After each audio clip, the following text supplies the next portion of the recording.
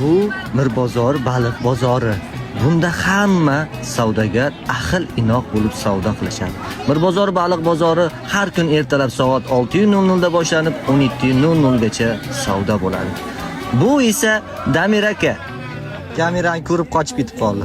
Bu sazan, ya'ni zog'ora baliq, yog'siz, tirik baliq. Bu Lazzaka, eng shinavanda inson. Bu Jimicha, Jamshid ya'ni. Bu bizning eng oqko'ngil insonlarimizdan biri, ya'ni yangamiz bo'ladi. Bu mening inam, ya'ni Farog'at opa. Eng zo'r savdogarlardan biri.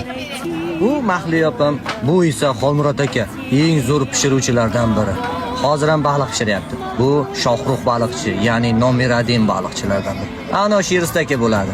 Bu Aslin aka. Mana Aziz bu. Aziz aka, ya'ni bizning bozordan hech kim norizo bo'lib ketmagan. Siz ham bizning Mirbozor baliq bozorimizga tashrif buyuring.